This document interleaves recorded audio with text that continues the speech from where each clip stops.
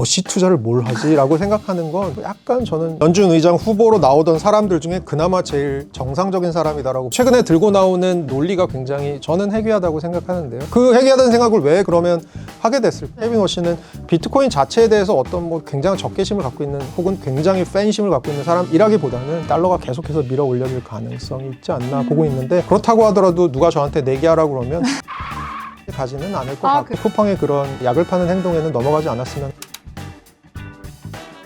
교수님, 트럼프 대통령이 이렇게 얘기를 했습니다. 네. 케빈 워시가 오면 확실하다 이건. 네. 15%로 우리 경제를 성장시킬 수 있다. 금리 인하를 하겠다, 이 확신이 좀 차이는 것 같아요. 트럼프 남은 임기 동안 15% 성장을 산술적으로 계산하면 1년에 5%씩 성장인데, 미국이 보통은 평균적인 성장률이 한 2% 근처거든요. 미국이 5% 성장하면 인플레이션이 어떻게 될까요? 와, 그렇게 생각해보면 금리를 내리는 게 아니고 금리를 올려야 되는 상황이 올 수도 있고요. 그러니까 트럼프가 하는 말은 사실은 뭐 앞뒤 저희가 논리적으로 맞을 거라고 생각하면 안 되는 것 같고요. 다만 더구나 올해 중간 선거도 있고 하다 보니까 금리를 낮춰서 미국 경기를 부양해라, 그것이 새로운 연준 의장의 책무다, 강력하게 주문을 하는 그런 과정이라고 생각해 볼 수 있을 것 같습니다. 연준 의장이라는 직위 자체가 사실 세계 경제 대통령이라고 불리잖아요. 네. 월스트리트 저널 작년에 말에 쓴 글을 보면은 금리 인하가 확실하다, 그리고 연준을 축소시키겠다, 이렇게 확실하게 트럼프에 대한 약간 찬양 비슷한 걸 얘기를 하면서 얘기를 했어요. 트럼프랑 기조를 완전히 맞추겠다라는 뜻으로 보이기는 하거든요. 그 워시에 대한 두 가지 평가가 있어요. 둘 중에 어느 건지 저희는 잘 몰라요. 왜냐하면 그 사람의 마지막 모습을 본 게 2011년 그 사람의 연준 이사를 떠날 때니까요. 네. 지금으로부터 아주 오래전 일이죠. 그런데 두 가지 평가가 뭐냐면, 하나는 그때부터 계속 주창해온 인플레이션에 대해서 굉장한 경계감을 보이는 매파다라는 얘기가 있고요. 또 하나는 세 글자로 정치꾼이다라는 얘기가 있습니다. 연준의 이사든 뭐건 본인의 자아가 있다기보다는 그때그때 맞춰서 판단을 하는 편이다. 어떤 행정부인지 자기를 임명해준 임명권자의 생각이 무엇인지에 잘 맞춰주는 사람이다라고 보는 해석도 있는 것 같아요. 근데 최근 들어서 어쨌든 간에 두 번째 해석이 조금 더 설득력을 저는 얻고 있는 것 같습니다. 이 사람이 2006년에 연준의 이사가 됐을 때 2008년에 글로벌 금융위기가 터지잖아요. 이제 경기가 망가지고요. 인플레이션도 많이 떨어지게 됩니다. 그 당시에는 보통 이제 경기가 망가지는 걸 많이 걱정을 하는데요. 이 사람은 그 와중에서도 계속해서 인플레이션에 대한 걱정을 했다라는 겁니다. 그래서 더 강력한 매파로 좀 인식을 하고 그래서 있죠. 맞습니다. 그런데 사실은 최근 들어서 워시는 조금 제가 보기에는 스탠스를 선회하고 있는 것처럼 보입니다. 뭐냐? 본인을 임명해 준 사람이 무엇을 원하는지에 따라서 조금 생각을 바꿀 가능성이 얼마든지 있어 보이는 사람처럼 보이고요. 그 워시가 지난해 보면은 AI를 엄청 강조를 해요. 그러면서 AI가 앞으로 발전을 하면 이게 생산성을 급격하게 올릴 거고, 그럼 제조 같은 경우에도 전부 다 단가들이 내려갈 거고, 그럼 우리한테 경제가 다 호황이 올 수 있다, 이걸 확신하는 것처럼 보이는데 그 이유가 뭘까요? 저는 그거에 대해서 8글자로 대답을 드리고 싶어요. 네. 언제요? 어느 세월에요? 최근에 들고 나오는 논리가 굉장히 저는 해괴하다고 생각하는데요. 해괴하다고요? 네네네. 그러니까 영어로 그로테스크하다라고 하죠. 그러니까 뭐냐라면 단기 금리는 내리겠다라는 겁니다. 근데 미국이 지금 인플레이션이 2%대 후반대 고착화되어 있는 상황에서 사실 금리 내리기가 쉽지 않거든요. 근데 금리를 빠르게 내리겠다라고 하는데 왜 그게 가능하냐고 생각하면, 지금 AI발 생산성 향상이 나오고 있고, 생산성 향상이 나온다는 건 기업들이 좀 더 효율적으로 물건을 만든다는 얘기거든요. 네. 그럼 물건의 생산 비용이 싸지니까 인플레이션 관리가 될 거고, 또 하나는 트럼프가 여러 가지 규제 완화를 하고 있는데 이 규제 완화 효과들이 본격적으로 나타나기 시작하면 기업들이 조금 더 자유롭게 움직이면서 아무래도 생산 비용이 또 내려갈 가능성이 있다. 그렇게 보면 생산성이 올라갈 일이 있기 때문에 미리 금리를 좀 낮춰도 상관없다라고 얘기를 합니다. 왜냐하면 인플레이션 걱정이 없으니까요. 이거는 저는 어떤 비유라고 생각하냐면, 야구 좋아하세요? 잘 모르시죠? 네. 근데 야구 구종이 여러 가지가 있잖아요. 투수들이 여러 가지 구종을 던지잖아요. 뭐 예를 들어 직구도 던지고 커브도 던지고 하잖아요. 마치 이거는 타자가 딱 들어와서 투수가 어디로 공 던질지 모르겠지만 난 왼쪽 아래로 오는 직구를 칠 거야 라고 그냥 휘둘리는 거예요. 공은 뭐가 들어올지 모르는 거죠. 이거 되게 바보 같은 생각인 거죠. 저희가 자꾸 AI발 생산성이 향상 그러면 마치 저희가 평소에 나 평소에 막 영어로 다 쓰거나 해야 되는데 이제는 한글로 써서 AI가 다 바꿔줘서 내가 뭐 영어로 작문하는 시간이 확 줄었어. 혹은 뭐 영어로 돼 있는 거 번역을 하는 것도 쉬워졌어. 데이터 찾는 것도 쉬워졌어. 저희가 사실 사무직 직군에서 생각하는 AI의 적용이 있지만 네. 사실은 AI가 본격적으로 힘을 발휘하기 시작하는 건 저는 제조업에 갖다 붙었을 때부터라고 생각을 합니다. 그게 보통 저희가 얘기하는 AI 트랜스포메이션 부분인 거죠. 근데 그 시간이 걸린다라는 거예요. 미국에서 학자들도 중론은 AI로 인해서 생산성이 나아지긴 할 것 같아. 근데 그게 시간이 걸린다라는 겁니다. 근데 그게 얼마나 걸릴지는 아직 모르는 일이고 우리는 안 가본 일이에요. 한마디로 지금 우리에겐 데이터 쌓인 게 없습니다. 그렇죠. 앞날에 벌어질 일이에요. 근데 그것을 미리 예견하고 그것을 바탕으로 지금의 금리를 내린다라고 하는 거는 사실 되게 어불성설인 면이 있는 거죠. 저는 그래서 좀 회개하다는 생각이 들고요. 그 회개하다는 생각을 왜 그러면 하게 됐을까라고 네. 생각해 보면 자기를 임명해 준 사람이 금리를 낮추는 걸 좋아하니까 본인은 그 플레이에 충실하겠다라는 그런 모습처럼 저는 보여요. 트럼프 대통령이 워낙 금리를 내리려고 하는데 지금 금리를 적극적으로 내릴 수 있는 상황은 아닌데 생각을 해보면 이런 일이 벌어질 수 있으면 내가 금리를 내릴 수 있겠구나 생각하는 부분이 있는 것 같고 그래서 그런 측면에서는 약간 정치인으로 보는 게 좀 더 맞지 않나라는 생각도 많이 듭니다. 또 이거랑 비슷한 얘기를 하는 사람이 사실은 스콧 베센트잖아요. 네네네. AI로 제조업을 붐을 할 수 있고 그렇기 때문에 연준이랑 같이 발을 맞춰서 가면 우리가 충분히 해낼 수 있다. 네, 맞습니다. 물론 네, 트럼프의 생각이겠지만. 트럼프의 생각이기도 예. 하고 그리고 좋은 지적이신데요. 네. 사실 스캇 베센트랑 케빈 워시랑 생각이 겹치는 부분이 또 하나 있습니다. 연준이 너무 비대하다. 연준의 역할이 너무 크다. 네. 연준의 역할을 줄여야 된다라는 생각을 하는 건 두 사람이 공통적이거든요. 그런 측면에서는 아까 얘기를 잠깐 돌아가 보면 트럼프 대통령이 케빈 워시를 선택한 여러 가지 이유 중에 또 하나는 연준이 너무 비대해져 있고 기본적으로 트럼프 대통령은 정부 부분이 비대한 걸 싫어하는 사람이잖아요. 그리고 그 기저에는 사실 미국인들의 센티멘트가 있습니다. 너무 정부가 비효율적이고 이런 생각을 하는 사람들이 되게 많습니다. 그렇게 봤을 때는 케빈 워시가 생각할 수 있는 부분은 AI발에 대한 생각들을 스캇 베센트와 공유할 수도 있고 또 하나는 너무 비대해진 연준. 사실 저는 동의하지 않지만 거기에 대한 생각도 스캇 베센트랑 동의하고 있을 가능성이 큽니다. 아무래도 트럼프 대통령이랑 전임 의장이랑 계속 충돌을 하다 보니까 그것도 좀 의식을 하고 있는 것 같고요. 그렇죠. 이제 트럼프 대통령이 자기 사람이라고 생각해서 일기 때 2017년에 뽑아놨더니 네. 자기 말을 안 듣더라라는 겁니다. 얼마 전에 다보스 포럼에서 되게 공식적으로 얘기를 하더라고요. 면접 볼 때는 다 내 말 들어줄 것처럼 해주더니 되기만 하면은 자리만 갖다 주면은 그다음부터는 싹 바뀌더라 이러면서. 네, 저는 개인적으로 트럼프 대통령이 별로 안 좋아해서 그런지 베런 파월 의장 되게 좋아하는 사람은 아니지만 그래도 연준의 입장에서 연준의 독립성 그리고 정치가 너무 연준에 개입하는 것에 대해서 끊임없이 문제 제기하는 모습은 한편으로 애처워 보이면서도 한편으로는 조금 응원하고 싶은 기분이 좀 들었었습니다. 이 케빈 워시라는 인물 자체가 에스티 로더가의 사위로 더 유명하잖아요. 트럼프가 아무래도 지명하는 데 엄청 도움이 됐을까요? 장인어른이 누구냐라고 하면 트럼프의 굉장히 오래된 절친이고 트럼프한테 굉장히 많은 정치 후원금을 낸 사람이고 전 세계 유대인협회 회장을 하고 있고 같은 공화당이죠. 레이건 대통령 때 오스트리아 대사도 했었고 그렇게 봤을 때는 2006년에 35살이라는 나이로 연준 이사가 최연소에 된 거 아직도 깨지지 않고 있거든요. 그렇게 보면 진짜 전설적인 스펙인 것 라이징 같아요. 스타라고 볼 네. 수도 있지만 한편으로는 그 당시가 이제 아들 부시 때인데 누구 집 사위래라고 하면서 공화당의 아주 유력가 집안의 사위고 근데 그 사위가 알고 보니까 학교도 또 좋은 데 나왔고 그러면 그렇대라고 하면서 오히려 그것의 수혜를 좀 본 것이 아니냐라는 얘기도 있을 수 있고 스탠포드 나오고. 네, 스탠포드 나오고 법학 박사는 하버드에서 하고요. 법학 박사를 하고 나서 이제 MIT나 여러 군데서 이제 투자 관련된 프로그램 같은 것도 많이 듣고 그리고 나서 모건 스탠리라고 하는 이제 IB에 들어가서 거기서 M&A 담당하는 사람을 하다가 2002년에 아들 부시 대통령에 의해서 발탁이 돼서 백악관에 가서 일종의 자문 역할을 합니다. 이 기대한 게 뭐였을까 생각해 보면 워낙 엄친한데 시장을 또 잘 알고 또 금융권도 잘 알고 하다 보니까 월스트리트랑 이제 커넥션 같은 것도 있고 하다 보니까 데려다 쓴 것 같아요.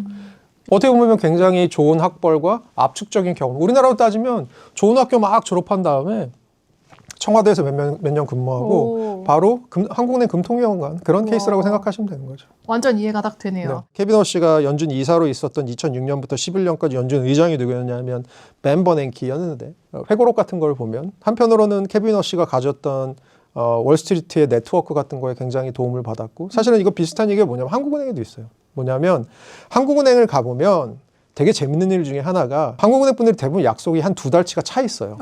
점심 약속이. 네. 그래서 점심 약속 언제 점심 먹어요? 그럼 2달 이유가 많아요. 더 놀라운 사실은 뭐냐면 대부분 한국은행 분들끼리 밥을 먹어요. 아, 그래요? 그래서 누가 이번에 승진을 했는데 그 백그라운드는 뭐고 막 이런 얘기들을 많이 하십니다. 그래서 한국은행 총재님들 중에 가끔 그런 얘기 하시는 총재님들이 있어요. 특히 내부 출신 총재님 중에 한국은행 직원들도 제발 나가서 딴 사람들도 좀 만나고 외부에서 무슨 일이 벌어지는지도 좀 관심을 가지고 그리고 그것을 조직에 좀 또 녹여내는 일도 하고 그랬으면 좋겠다. 한국은행 입장에서 보면은 재경부에서 무슨 생각을 하는지도 되게 중요하고 또 여의도나 을주로에 있는 증권맨들이나 아니면 이 금융 시장에 계신 분들이 무슨 생각하는지도 되게 중요하고 그런 것들 좀 알면 좋잖아요. 사실 그만큼 끈이 없다라는 거예요. 그렇게 봤을 때는 뭐 연준은 그것보다는 조금 덜 폐쇄적이겠지만 그럼에도 불구하고 연준의 그 월스트리트의 네트워크를 갖고 온다는 건 이건 굉장히 큰 일이거든요. 그런 측면에서는 벤 버네키 의장이 한편으로는 굉장히 감사한 부분이 있었다. 케빈 워시에 대해서. 하지만 반대로 경제학자들이 제일 많이 하는 벤 버네키 의장도 이제 경제학자 출신이죠. 네. 경제학자가 제일 많이 하는 영어 단어가 on the other hand입니다. 반면에 이렇게 글로벌 파이낸셜 크라이시스의 한복판에서도 인플레이션을 계속 주구장창 부르짖는 걸 보면서 좀 설득하는데 어려움을 겪기도 했었다. 이런 회고록을 남기기도 했었거든요. 그래서 사실 트럼프가 케빈 워시를 지명을 할 때 그런 기대도 좀 있었던 거 아닌가라고 예측을 하던데 금융에도 발이 넓고 또 가문도 좋고 하다 보니까 또 연준 의장이 되면은 다른 동료 의사들을 다 설득을 해야 되는데 그런 설득을 할 수 있는 사람이 아니었을까? 이렇게 예측을 하더라고요. 그러니까 굳이 따져보면 네. 이번에 연준 의장 후보로 나오던 사람들 중에 그나마 제일 뭐랄까요? 정상적인 사람이다라고 볼 수 있을 것 같고요. 딴 사람들이 이상하다라는 게 아니고 연준이라고 하는 중앙은행을 경영할 사람으로서 가장 정상적인 선택처럼 보인다라는 겁니다. 저는 뭐랑 되게 비슷하냐 하면요. 1년 좀 반 전쯤으로 돌아가 보면 트럼프 대통령이 이제 당선이 되고 나서 트럼프 캐비넷, 트럼프의 행정부 안에 누가 들어갈까를 이제 보는데 재무장관이 굉장히 중요하잖아요. 어떻게 보면 연준보다 더 중요할 수 있는 게 재무장관입니다. 그렇죠. 네. 그 당시에 두 명이 막판까지 붙었습니다. 한 명이 스캇 베센트 지금 재무장관 된 분이고요. 또 한 분은 하워드 러트닉 지금은 상무부 장관이 된 사람입니다. 그때 스캇 베센트가 마지막에 재무장관이 딱 됐을 때 그날 제가 아직 기억이 나는데 뉴욕 3대 지수가 진짜 대환호를 했거든요. 왜 환호를 했을까라고 생각을 해보면 하워드 러트닉은 뭐 사람이 이상한 거라기보다는 너무 강성이다. 그리고 재무장관으로서의 역할에는 조금 결이 맞지 않는다. 스캇 베센트가 되는 게 시장에선 조금 더 자연스럽고 시장을 더 잘 이해할 수 있는 사람이다. 재무장관의 역할에 좀 더 어울리는 사람이다라는 생각을 했던 것 같아요. 뭐 예를 들어서 재무장관이 하는 아주 중요한 일 중에 환율 같은 것도 담당을 해야 되는데 스캇 베센트가 어떻게 유명해진 사람이냐면 1992년에 영국 파운드화가 네. 약해질 거를 미리 예측을 하고 이거 영란은행이 방어 못할 거다. 그래서 공매도를 했거든요. 그래서 그때 돈도 많이 벌고 되게 유명해진 사람이에요. 그러니까 환율 갖고 유명해진 사람이니까 이 사람은 여러 가지 커리어를 봤을 때 재무장관이 어울려라고 생각해서 그 당시에 되게 환호했었거든요.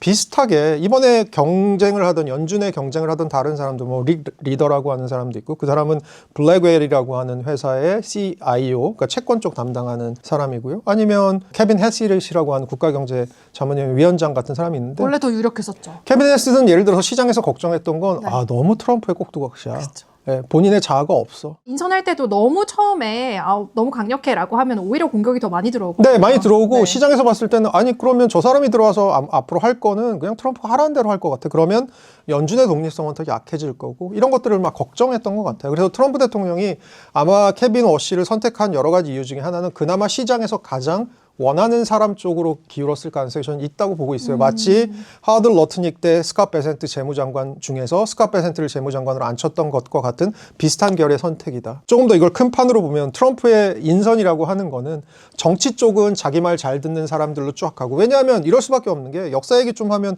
뭐 저도 오래 살진 않았습니다만 트럼프 1기 때 보면 안 된다라고 하는 사람들이 주변에 너무 많았어요. 그쵸. 그 당시에 뭐 캐리, 그 다음에 국방장관 이런 사람들이 다 안 된다고 트럼프 대통령한테 너 정치 경험 안 해봐서 이런다고 계속 아니 되옵니다 했잖아요. 근데 트럼프 2기는 어쨌든 간에 예스맨들로만 정치는 짜고 경제는 약간 그래도 시장에서 이해할 수 있는 사람들, 환영할 수 있는 사람들로 관리를 하겠다. 전반적으로 큰 폰으로 보면 그런 흐름의 연장선상이 아닌가 보고 있습니다.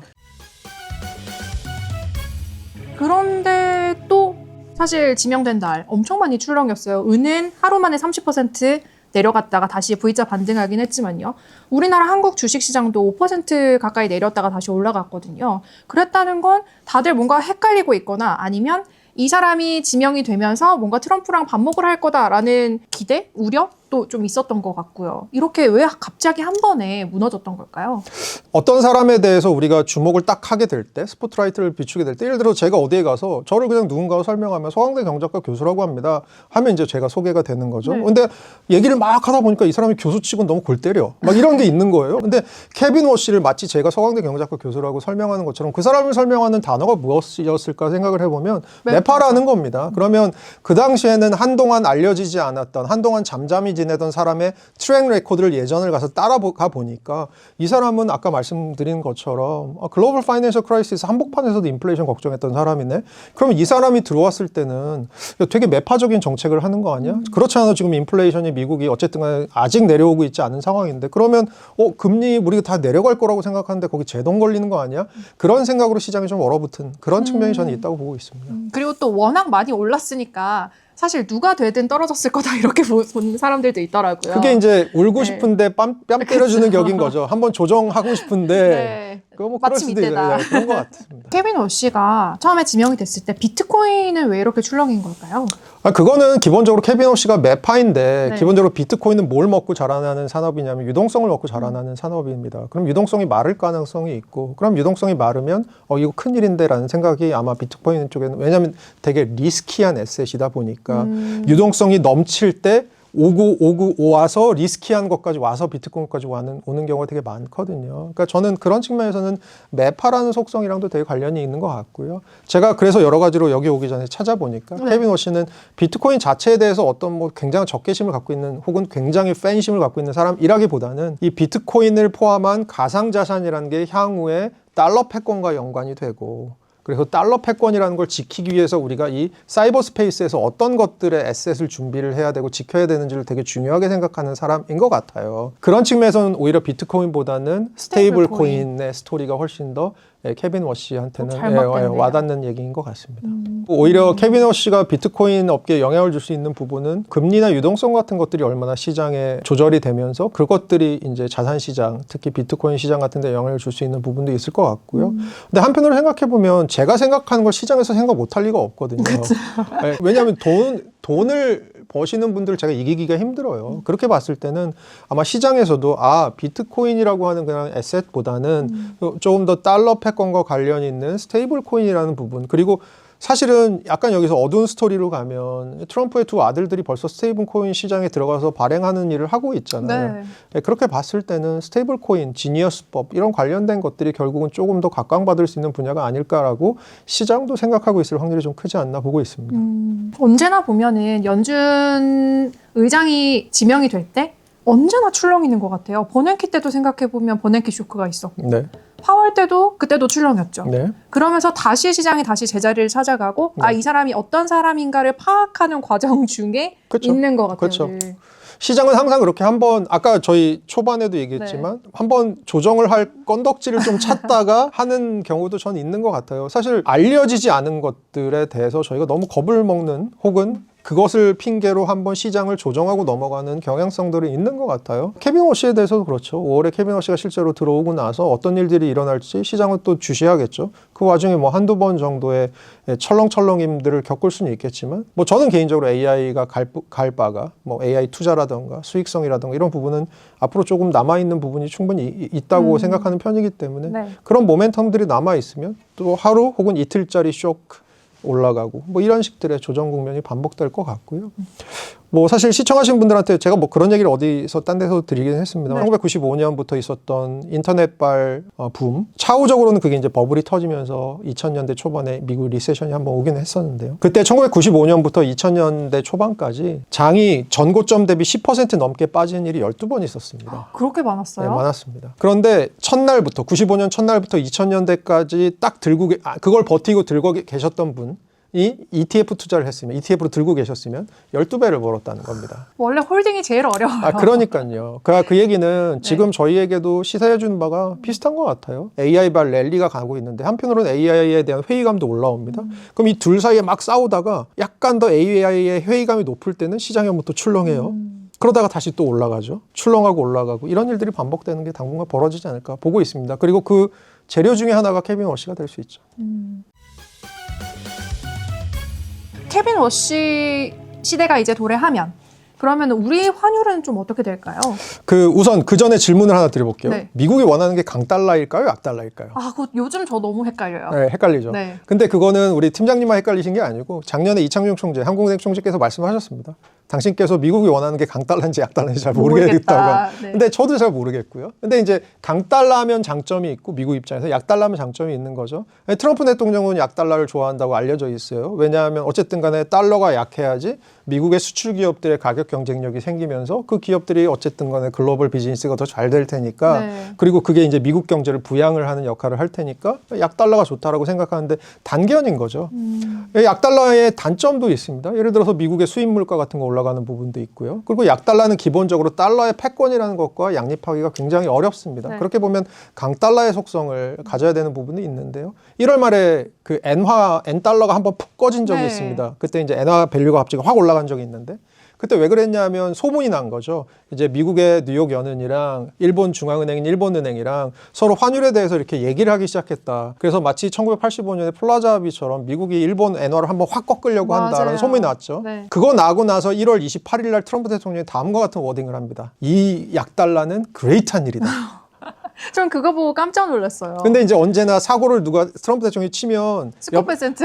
베센트가 등장을 하죠. 아시잖아요. 1월 29일 날 네. 베센트가 나와서 우리는 달러에 개입하지 않는다. 달러는 시장에서 결정되는 것이다. 네. 그래서 시장이 다시 이제 안정을 찾은 달러 밸류가 다시 올라간 적이 있는데 그렇게 봤을 때는 적어도 이제 저희는 가정을 두 가지 시나리오를 가정을 해야 되는 것 같습니다. 첫 번째 가정, 미국이 환율에 손을 안 댄다라는 가정을 하면 안 된다. 아예 안 된다. 네, 손을 대지 않는다. 그러니까 인위적으로 환율 개입 미국이 하지 않는다라는 그냥 가정을 지켜본다. 지켜본다라고 네. 하는 가정이 있을 수 있을 것 같고요. 두 번째로는 미국이 트럼프 대통령 원하는 바대로 약달러 쪽으로 손을 댄다. 그래서 다른 나라의 신마라라고 합의처럼 뭔가 플라자 합의 같은 것들을 들이댄다라는 게 두 번째 이제 시나리오인데 두 번째 시나리오 하에서는 달러가 약해질 게 뻔한 일인 거죠. 근데 그거는 저는 가능성이 조금 적다고 보고 있습니다. 첫 번째 경우로 이제 가보면 이게 시장에 의해서 환율이 결정되고 미국이 환율에 개입을 하지 않는다라는 상황을 생각해 보면 적어도 다른 통화는 모르겠는데 엔화, 대만 달러, 한국 원화는 사실 구조적으로 약세 부분이 저는 있다고 보고 있어요. 그건 뭐냐면 이제 구조적으로 달러에 대한 수요가 생기고 있는 부분이 있거든요. 네. 우리나라 개인 투자자들 미국 가고 있는 거, 거기다가 이제 우리나라 대미 투자 들어가야 되는 거, 이런 구조들을 이 세 나라들이 공통적으로 갖고 있거든요. 달러에 비해서 이 나라 통화들의 가치가 좀 떨어질 가능성이 저는 있다고 보고 있는 편이고, 지금은 제가 파악하기로는 어쨌든 간에 정부에서는 이것을 외환보유고 같은 걸 태우면서 버티고 있는 상황인 것 같아요. 그리고 한편으로 보면 아까 저희 얘기 잠깐 했지만 케빈 워시가 들어오고 나서 금리를 얼마나 내릴지는 모르겠으나 네. 어쨌든 미국은 금리를 내리는 방향으로 갈 거고 최근에 이제 원화가 약한 또 하나의 이유가 엔화가 약한 거에 동조해서 들어가는데 이런 거죠. 미국에 있는 투자자가 옆에 투자자가 나 일본에서 돈 빼려고 그럼 얘기하는 거죠. 야, 왜 일본에서만 빼? 수출 구조 비슷하고 그리고 대미 투자 비슷한 한국도 네. 빼야지. 그럼 이제 같이 움직이는 거죠. 그렇게 봤을 때는 이제 엔화 약한 거에 원화 약한 게 묶여 들어가는 부분이 있는데 하나는 달러 가치를 밀어 올리려는 우리나라의 수요가 있을 거고 달러 수요가 또 하나는 대외 환경은 그래도 조금 달러의 밸류가 약해지는 쪽으로 올 수 있는 게 있는데 저는 이 두 가지의 싸움일 거라고 보고 있고요. 다만 환율이 작년 평균 환율이 1422.7원이었거든요. 근데 1420원이었어요. 22.7원 정도로 제가 기억을 하는데 올해는 평균 환율은 그보다 높을 것 같고요. 다만 문제는 이제 상저하고냐 상고하저냐의 흐름인데 저는 그래도 구조적인 달러 흐름이 잡히지 않으면 그래도 달러가 계속해서 밀어 올려질 가능성이 있지 않나 보고 있는데 그렇다고 하더라도 누가 저한테 내기하라고 그러면 1,500원까지 가지는 않을 것 같고요. 그래요? 예, 1,400원대 후반 근처에서 왔다 갔다 하는 환율이 당분간 지속되지 않을까 정도로 보고 있습니다. 1,500원은 넘지 않는다. 상단이 거기까지는 열리지 않는다. 예, 네. 그 정도는 아마 정부에서는 용인을 하기가 좀 힘들 것 같습니다. 그렇죠. 네. 또 케빈 워시가 쿠팡 사회 이사로 활동하고 있다는 것도 사실 우리나라에서 되게 화제가 많이 됐었어요. 혹시 쿠팡 사태에 좀 영향을 주는 거 아니냐 이런 얘기도 있던데 가능성이 있을까요? 저는 뭐 케빈 워시가 쿠팡의 편에 서서 트럼프 대통령에게 귓속말을 하는 상황을 생각하기는 좀 힘들 것 같고요. 왜냐하면 기본적으로 그 사람이 임명이 된 게 그 역할이 아닐 가능성이 크고요. 그거 아니더라도 지금 처리해야 될 일이 아주 많지 않을까라고 생각하고 오히려 케빈 워시가 쿠팡 이사였던 게 저희에겐 어떤 리스크냐 하면 쿠팡 내부에서 우린 케빈 워시라는 든든한 백그라운드를 갖고 있어라고 자꾸 언론 플레이를 하면서 그것이 시장을 흐트러뜨릴 가능성에 대해서는 훨씬 더 크게 보고 있고요. 그리고 뭐 적어도 제가 아는 한 연준의 이사는 재무장관이랑은 좀 다릅니다. 기본적으로 금리 정책을 하는 사람이고 그리고 미국의 금리 정책이라고 하는 건 기본적으로 미국의 인터널 이슈, 내부의 이슈들만 갖고 하는 거고 그리고 이제 쿠팡 사태 같은 경우는 기본적으로 미국 기업이긴 하지만 그럼에도 불구하고 영업이익의 90% 이상이 한국에서 나고 있다고 보면 이건 조금 더 인터내셔널한 이슈일 거고요. 오히려 이걸 관여할 수 있는 사람이 있다면 상무장관 아니면 재무장관 같은 사람일 거여서 제가 보기에는 쿠팡의 그런 약을 파는 행동에는 넘어가지 않았으면 하는 마음이 좀 있습니다. 케빈 워시의 그냥 좀 인간성이나 아니면은 이제까지 걸어왔던 길을 보면 종합적으로 교수님이 평가하시기에는 그래도 트럼프의 말을 잘 수용할 가능성이 높다. 이렇게 보면 될까요? 저는 그럴 가능성이 큰데요. 문제는 뭐냐면 케빈 워시가 가지는 딜레마가 있습니다. 만족시켜야 될 사람이 트럼프 한 명이면 쉬워요, 문제가. 근데 만족시켜야 될 그룹이 세 그룹이라고 생각하시면 돼요. 어디인가요? 첫 번째는 월스트리트의 투자자들 그룹이고요. 왜냐하면 통화정책이라는 걸 하게 되면 이게 파이낸셜 마켓을 통해서 효과를 발휘하는 거잖아요. 그러니까 투자자들의 마음을 잘 사야 되는 것도 굉장히 중요합니다. 첫 번째고요. 두 번째로는 트럼프 대통령의 마음을 사야 되고요. 세 번째로는 같은 연준에 또 다른 11표를 행사하는 사람들의 마음을 사야 됩니다. 근데 아마 이 중에 제가 보기엔 세 번째가 제일 힘들지 않을까 생각을 해요. 뭘 하면서 힘들 것 같냐면 트럼프의 마음을 사면서도 연준 위원들에게 나 존경받을 만한 사람이야 라는 시그널을 주는 건 그렇게 쉬운 일이 아닐 것 같습니다. 반대로 생각해보면 트럼프만 딱 바라보고 금리는 내려가는 방향으로 계속 버튼 누르잖아요. 누구의 마음을 믿을까요? 연준 내에서 아마 신뢰가 떨어질 겁니다. 저는 연준 의장이 보통 12분의 1의 표를 행사한다고 하는데 의장마다 사실은 12분의 1보다 더 표를 행사했던 카리스마를 가졌던 사람도 있고요. 12분의 1보다 약간 미진한 사람도 있었습니다. 그러니까 한마디로 좀 더 센 연준 의장이 있고 약한 연준 의장이 있죠. 앨런 그린스펀 같은 사람 좀 센 의장에 속했던 거고요. 뭐 케빈 워시가 그중에 12분의 1 미만의 사람이 될지 12분의 3 이상의 사람이 될지 그가 어떻게 하느냐에 따라 달려 있는데 사실 트럼프의 눈만 바라보고 가면 12분의 1 미만이 될 확률이 굉장히 높다. 저는 보고 있습니다. 팀장님도 사장님 만족시키시면서 같이 일하시는 동료 직원들 만족시키기 쉽지 않다는 거 아시잖아요. 아, 너무 힘들어요. 알고, 그럴 것 같습니다. 그러다가 약간 이렇게 하는 것보다 내가 나가는 게 맞지 않을까 이런 생각도 하고. 그러니까요. 사실 케빈 워시 입장에서도 그럴 것 같아요. 네, 근데 이제 나가기에는 너무 그 자리가 너무 큰 자리라서. 근데 이번에 케빈 워시 사태 보면서 제일 재밌다고 느끼는 부분이 뭐였어요, 교수님? 생각보다 그 케빈 워시 사태가 있고 바로 다음날 기자분 한 분이 전화를 하셔서 며칠이나 갈까요? 그러셔갖고 제가 뭐라고 그랬냐면 일주일 내로 해결될 겁니다 했더니 일주일이 뭐예요? 하루 내에 해결이 되더라고요. 그러니까 시장은 고스트바스터즈인가요? 어느 영화에 나오는 먹개비 같아요. 모든 걸 다 먹고 소화하고 진군하고 소화하고 진군하고 사실은 저는 개인적으로 오늘 저희가 케빈 워시 얘기를 하고 있지만 물론 연준 의장 굉장히 중요한 자리입니다. 그럼에도 불구하고 지금 뭐 저희가 케빈 워시에 대해서 너무 걱정할 필요가 없다라는 이유 중에 하나는 제가 아까 말씀드린 거에 저는 약간 답이 있다고 생각해요. 그 사람 그래봤자 12분의 1 혹은 플러스 알파인 사람인 거예요. 보면 이사회의 구성이라는 게 사실은 그렇잖아요. 다 네임드들을 정말 어디 가서 정말 자기 좀 날고 긴다 하는 사람들이 모여있는 집단 중에 한 명인데 그중에 이제 이사 중에 대표를 맡고 있다라는 거잖아요. 일종의. 그렇게 봤을 때는 그 연준 내에서도 그 사람이 뭔가 아주 잘못된 길을 가고 있을 때 그 사람을 멈추게 하거나 속도를 슬로우 다운 할 수 있는 장치들이 사람들이 있을 거고요. 저희는 케빈 워시라는 사람에 대해서 너무 많은 또 가치를 두면서 투자를 워시 투자를 뭘 하지? 라고 생각하는 건 약간 저는 오버 리액션이 아닌가 정도의 생각을 하고 있습니다. 이제 앞으로 벌어질 일에 대한 얘기를 하면 제가 아까 이제 연준에 12명의 보팅이 있고 그리고 실제로 이제 연준의 뭐 지역 연은 의장까지 하면 훨씬 더 파퓰레이션이 큰데 어쨌든 이사회 구성이 어떻게 되는지가 되게 중요하단 말입니다. 지금 남아있는 관전 포인트는 뭐냐면 파월 의장이 연준 의장 임기가 끝나도 연준 이사 임기는 남습니다. 연준 이사는 14년 임기니까요. 그럼 남은 이사 임기를 채울 거냐. 관례상으로는 보통 의장하면 물러나는 게 맞는데 파월 의장은 지금 트럼프 대통령이 노골적으로 연준의 독립성을 훼손하는 데 반대하는 의미에서 남을 수도 있다는 얘기를 하고 있거든요. 이번에 뭐 트럼프 대통령이 리사 쿡 이사라고 하는 사람을 주담대 예전에 잘못된 경로로 받았다. 그래서 대법원까지 갔다가 대법원에서는 문제 없는데 하고 끝났거든요. 근데 리사 쿡 이사는 이제 트럼프 대통령의 대표로 반대하는 연준이에요. 그렇게 봤을 때는 연준의 이사회 구성이 앞으로 어떻게 되는지가 되게 재밌는데 얼마 전에 재밌는 일이 또 하나 있었죠. 스티븐 마이란 그 백악관에 있었던 분이 휴직을 하고 지금 연준 이사에 가 있잖아요. 이분이 얘기 들으셨죠? 예, 백악관 정리했습니다. 어... 백악관을 사직하고요. 맞아요. 자기는 연준 네. 이사로 남기로 했습니다. 그렇게 봤을 때는 이 연준 내 이 팽팽한 친 트럼프파와 줄다리기. 반 트럼프파의 세력 균형 같은 것들이 어떻게 흘러갈지도 저희가 보는 관전 포인트가 있을 것 같습니다. 누가 우세한지는 저는 제일 중요한 건 데이터가 어느 편의 얘기를 조금 더 핍진성 있게 만들어주는지가 중요할 것 같은데 미국의 데이터를 보면 적어도 트럼프파가 아닌 쪽이 조금 더 데이터를 보고 말하고 있고 트럼프 쪽은 답정너로 이제 데이터가 어떻든 간에 우리는 금리를 내리는 방향으로 가야 되라고 하니까 거기서 딱 봤을 때는 누가 더 과학적인지는 알 수 있을 것 같고요. 그런 측면에서 저는 누가 더 우세한지에 대한 우회적인 답을 드리고 싶습니다. On the other hand 나오는 거 아니죠? 없습니다. 그럼 이제 마지막 질문으로 이제 5월이 취임이죠? 워시 시대가 시작되기 전에 저희가 준비해야 될 게 있나요? 저희는 뭐 이제는 워시가 점점 미디어로 나올 겁니다. 공식 석장으로 나올 겁니다. 그동안의 야인 생활이 이제 끝났으니까요. 스포트라이트가 갈 겁니다. 그리고 나서 그 사람이 2011년에 연준 이사를 관둘 때의 워시와 지금의 케빈 워시가 얼마나 다른 사람인지를 서서히 시장에 보이면서 본인의 색깔을 드러내기 시작할 겁니다. 저희는 그것들을 보고 움직여도 늦지 않다고 생각을 하고요.